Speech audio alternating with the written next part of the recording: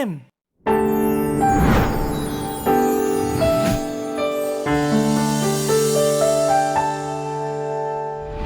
Hai, Assalamualaikum. Apa khabar semua? Sedap bantal ni. Lembut aja.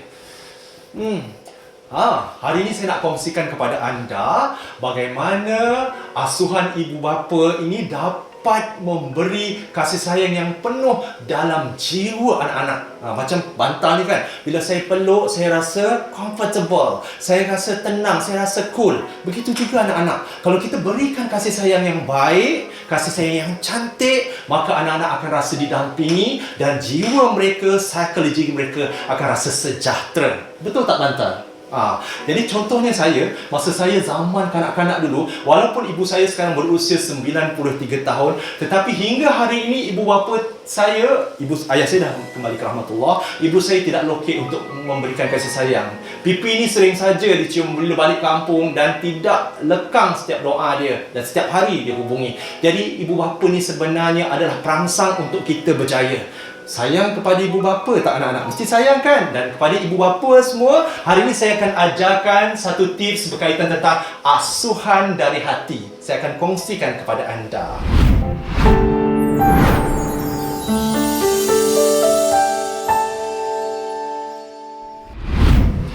Asuhan dari hati. Anak-anak sebenarnya, tuan-tuan dan puan-puan, perlukan kasih sayang kita, belayan kita. Mereka perlu dimanja, jangan dikasari. Jangan diherdik anak itu, tetapi disantuni. Jangan dihukum mereka, tetapi didiklah mereka. Jangan diberi kemarahan kepada mereka, tetapi berilah kasih sayang dan kebaikan. Semua anak perlukan kasih sayang. Sedangkan saya masih kecil dulu pun, kasih sayang ibu saya tidak kurang hinggalah saya berusia 49 tahun hari ini. Kerana anak-anak perlu belayan dan perhatian daripada kita. Tuan-tuan dan puan-puan, anak-anak ini ibarat kain putih. Kita yang mencorakkan dia. Kalau seandainya masa kanak-kanak ini kita jaga, kita didik dengan penuh kasih sayang, kita suburkan kerohanian dia, dalaman dia, anak-anak akan berkembang dan menjadi seorang yang subur sejahtera psikologinya. Dan insya-Allah apabila kita dapat berikan kasih sayang yang penuh kepada mereka, satu masa bila mereka dah mencapai kejayaan dan menjadi insan berguna, dia akan kembali ke pangkuan tuan-tuan dan puan-puan. So bagaimana kita nak berikan kasih sayang? Bagaimana kita nak pamerkan kasih sayang kita pada anak-anak kita? Caranya ialah bila kita cakap, panggillah, cara memanggil. Bila kita panggil anak ni, panggillah yang baik-baik. Manis, manja, kuntum, sesuai ke nak panggil kuntum? Baby, sayang mama, sayang daddy. Sebut yang baik-baik. Akhirnya anak akan rasa dibelai, diberi kasih sayang, bahawa ibu ini adalah segalanya, ayah ini adalah segalanya. Kalau berlaku pada mereka apa sahaja daripada tindakan orang lain, maka mereka akan berkongsi dan mengadu kepada anda kerana anda membelai dan memberi kemanjaan kepada mereka. Dalam kita berkomunikasi dengan mereka, berikan mereka tempat di hati kita.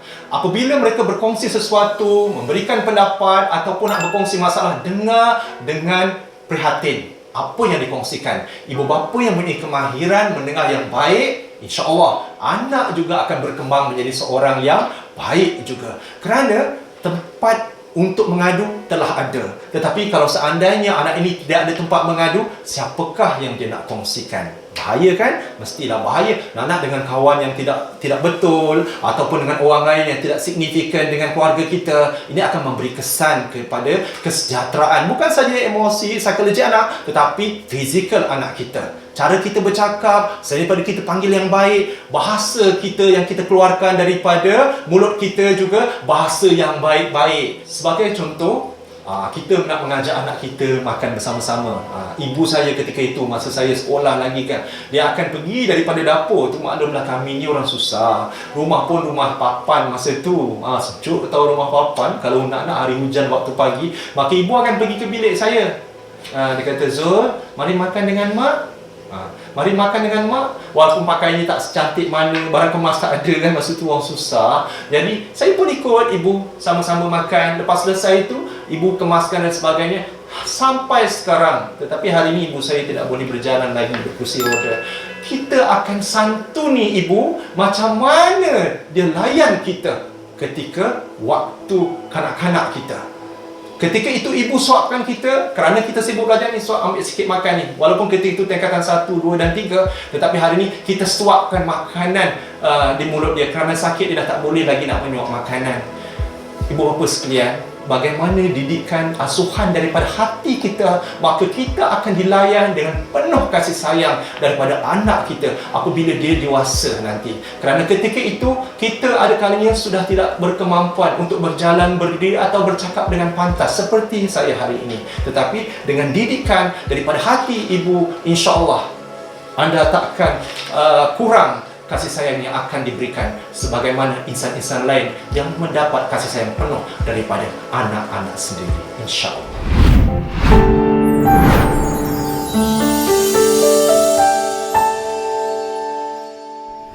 Ibu bapa sekalian, asuhan dari hati dalam masa yang sama, dalam lembut ada tegasnya. Tegas apabila anak ini melanggar peraturan, tidak memberikan contoh gambaran akhlak yang baik sebagaimana yang kita inginkan. Contoh, ketika ini PDPR, ada kalanya hayal melayan telefon, gadget dan sebagainya tanpa kawalan, chatting dengan aktif dalam media sosial dan sebagainya, maka ibu bapa kena tegas, memastikan supaya masa tidak terbuang di situ saja. Sebab hari ini pelbagai scam, penipuan dan sebagainya menggunakan media sosial mempengaruhi anak-anak dan sebagainya. Ini akan menyebabkan anak kita leka. Jadi di sini ibu bapa kena mainkan sedikit ketegasan. Maknanya ada satu masa kita kena lembut, ada satu masa kita kena tegas, dan kita mencari jalan tengah. Apa-apa kita berbincang, bermusyawarah bersama anak kita, dan mereka akan nampak bagaimana kematangan kita sebagai ibu bapa mengendalikan mereka, terutamanya remaja ini, dalam mendepani situasi pandemik COVID-19 ini. Sebab mereka sentiasa ada di rumah dan tidak ke sekolah. Jadi tanggungjawab kita untuk mengendalikan mereka bukan sahaja daripada aspek kerohanian, keperluan fisiologikal mereka, juga psychological mereka. InsyaAllah anak-anak kita akan menjadi baik dan sejahtera. Sebab daripada ketegasan itu seperti satu peraturan dalam rumah, dan mereka tahu apa yang boleh buat, apa yang tak boleh buat. Sebab mama kata kalau buat macam ini kesannya begini, kalau buat yang ini kesannya begini. Semuanya adalah untuk memastikan anak kita sejahtera, berada pada landasan dan akhlak yang terjamin pada masa hadapan.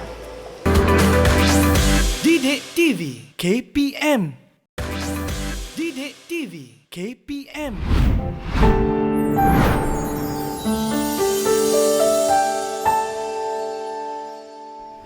Asuhan dari hati ini ada kalanya ialah merujuk kepada bagaimana kita menjadi role model kepada anak-anak kita, menjadi contoh yang terbaik kepada anak-anak kita. Selalunya kita asuh bermula daripada solat bersama-sama, solat jemaah, nak waktu maghrib dan isyak bersama-sama. Bagaimana kita menurunkan tingkah laku ini sebagai imam dan sebagai ketua dalam keluarga, memberi tazkirah dan sebagainya, dan bagaimana kita mengakhiri solat secara berjemaah itu dengan tazkirah. Anak-anak akan kita kata mencontohi sifat-sifat baik ni apabila bukan sahaja berumah tangga, ketika ketiadaan ayah dia tercinta di rumah, maka anak-anak ini akan mengikuti mengambil peranan, terutamanya anak yang sulung atau lelaki yang tua, untuk mengemudi tanggungjawab ayah dalam rumah kita. Dan dalam masa yang sama, selain daripada aspek kerohanian, ibu bapa juga boleh menunjukkan contoh teladan dalam komunikasi, seperti budi bahasa sebagai contoh. Kalau kita bawa anak kita, kalau bukan PKP, ke rumah ahli keluarga yang lain, cara kita bersalam, menyantuni ahli keluarga lain dengan membawa buah tangan, berkomunikasi dengan tertibnya kepada pakcik dan makcik mereka, maka mereka akan coping skill berlaku. Maknanya anak akan meniru gaya tingkah laku ibu bapa kita. Sebab asuhan daripada hati ini adalah daripada diri sendiri ibu bapa kita. Maknanya ibu bapa ni adalah contoh teladan kepada anak-anak. Cara kita bercakap, cara kita berkomunikasi, cara kita beribadat, cara kita belajar ataupun bekerja akan menjadi ikutan anak-anak Jadi secara tak langsung kita sebagai ibu bapa adalah inspirasi kepada kemenjadian anak dalam rumah. InsyaAllah anak-anak tuan-tuan dan puan-puan akan berjaya selagi kita mempamerkan contoh terbaik dalam rumah tangga.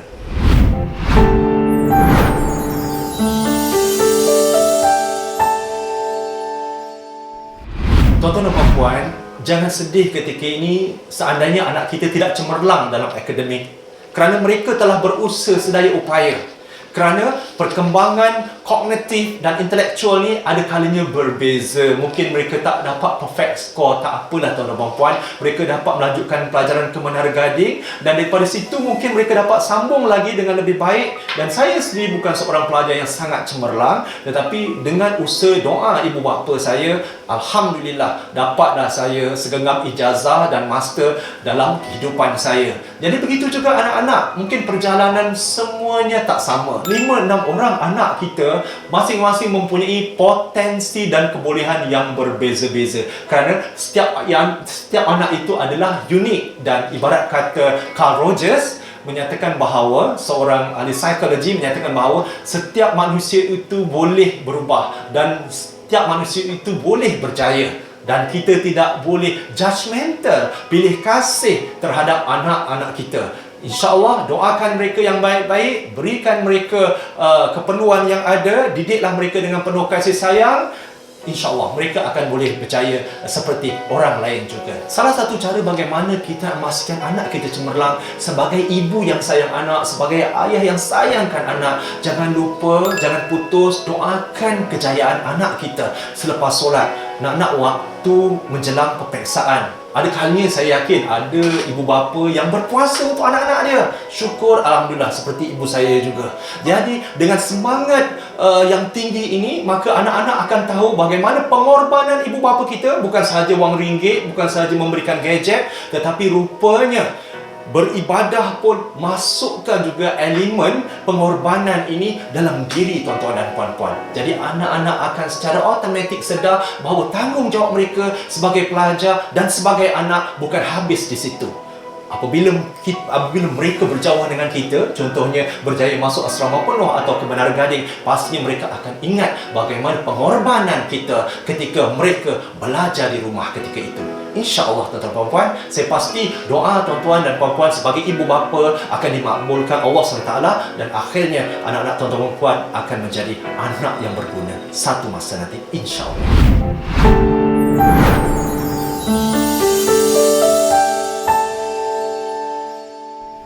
Ibu bapa mana yang tak mahu anaknya berjaya, bukan? Dalam masa yang sama, asuhan daripada hati ni, kita mempunyai semangat untuk memastikan anak-anak kita belajar dengan tekun. Apabila anak kita belajar dengan tekun, barulah kita akan rasa lega bila tengok, belajar, alhamdulillah, syukur. Kalau seandainya anak ini tidak pandai, apa yang kita lakukan? Contohnya, kita taklah pandai seperti doktor, lawyer, peguam, tetapi dengan cara kita contoh, kalau anak kita darjah 1, darjah 2 atau prasekolah tak pandai menulis, jangan dimarah anak kecil itu, tetapi ambil tangan dia, kita peluk, seperti contohnya dekat sini, kita ambil tangan dia sama-sama buatkan. Bagaimana personal touch anak dengan ayah, dengan ibu dia akan rasa sense of belonging, togetherness. Bagaimana mendidik, sentuhan kita pada anak kita ini, cara belayan kita dalam mendidik dia, akhirnya itu yang mengesankan di hati mereka. Itu yang memberi cahaya kepada hati mereka. Itu yang memberi semangat kepada diri mereka. Sebab anak kita tak semestinya pandai seperti anak orang lain. Tetapi kita kena faham bahawa anak ini perlu motivasi dan sokongan daripada siapa? Daripada kita yang melahirkan, iaitu ibu tersayang serta ayahanda tersayang mereka. Jadi dalam kita mendidik anak, selain daripada doa, selain daripada solat hajat, kita asuh dan didik dia dengan kaedah cara yang sesuai, dengan kemanjaan dia, dengan cara kita yang sabar. InsyaAllah anak kita akan berjaya. Tidak kiralah peringkat umur apa sahaja, anak itu pasti akan rasa kesan daripada kasih sayang yang diberikan oleh kita. Didik TV KPM. Didik TV KPM.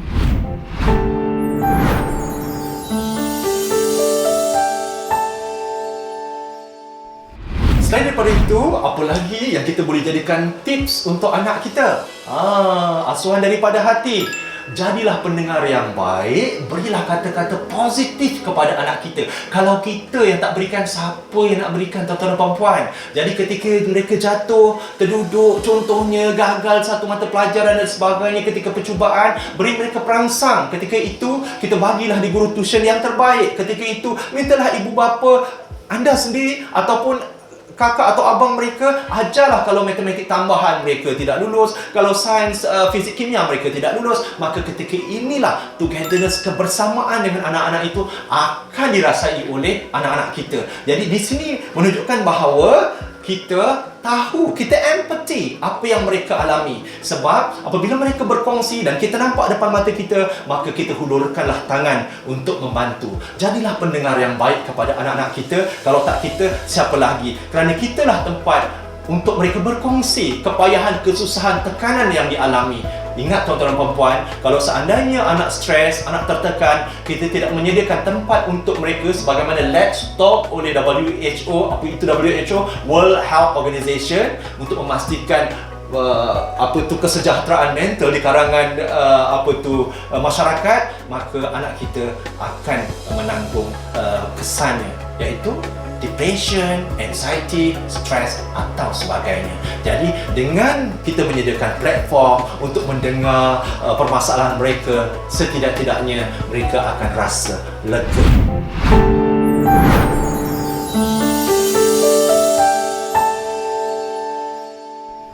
Selain daripada kita memastikan anak kita tekun belajar, menjadi insan yang berjaya, kita beri didikan agama dan akhlak yang sempurna, dalam masa yang sama, jangan lupa kita juga kena pastikan anak kita mengambil makanan yang berkhasiat. Cuba lihat menu yang kita sajikan setiap hari.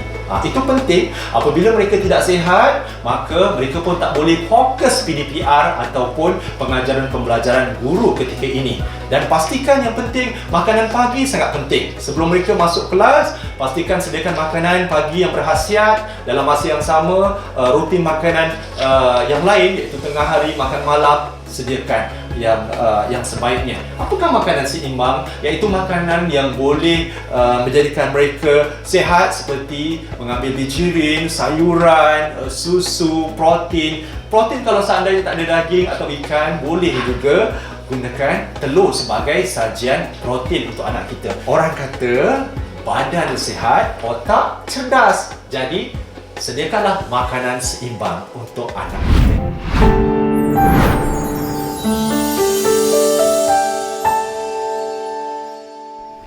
Tuan-tuan dan puan-puan, bagaimana cara kita membina keyakinan dalam diri anak-anak kita ketika ini?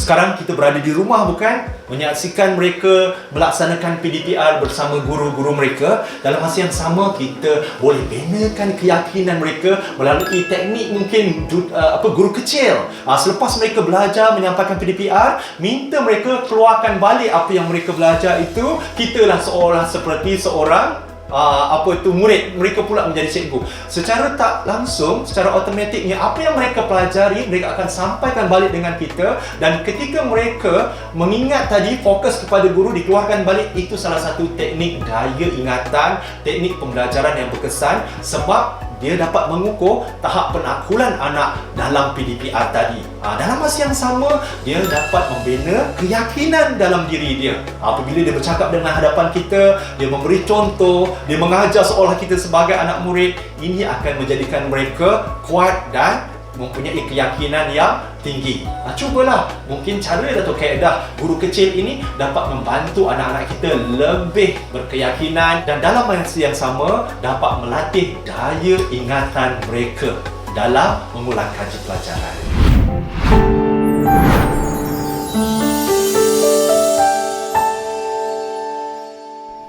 Dalam menjadikan anak kita seorang yang hebat, dalam masa yang sama kita juga jangan lokek dengan anak kita. Berikan motivasi dan ganjaran yang sesuai ketika ini.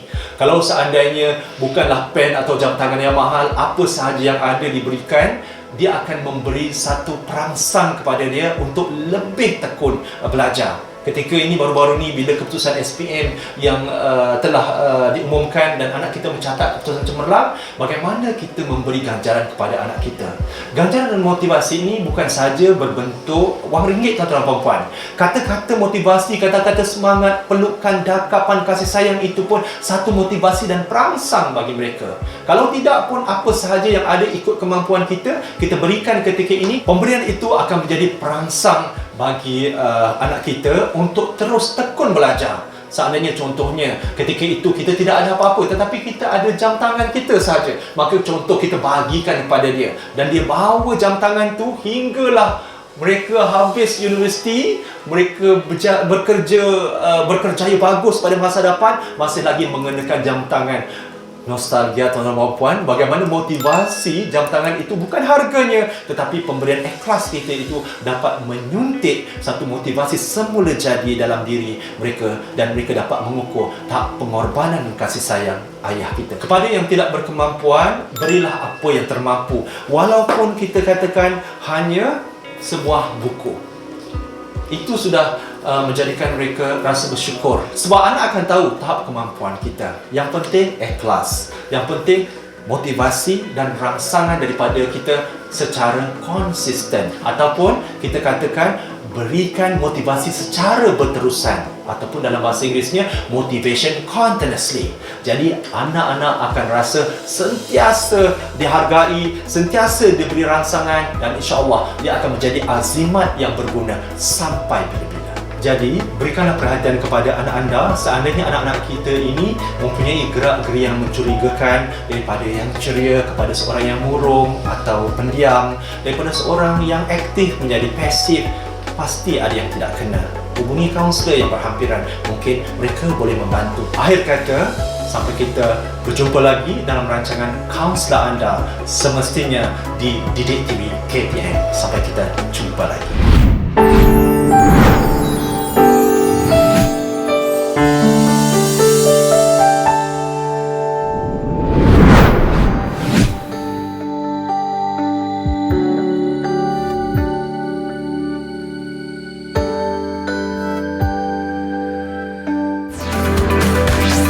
Didik TV KPM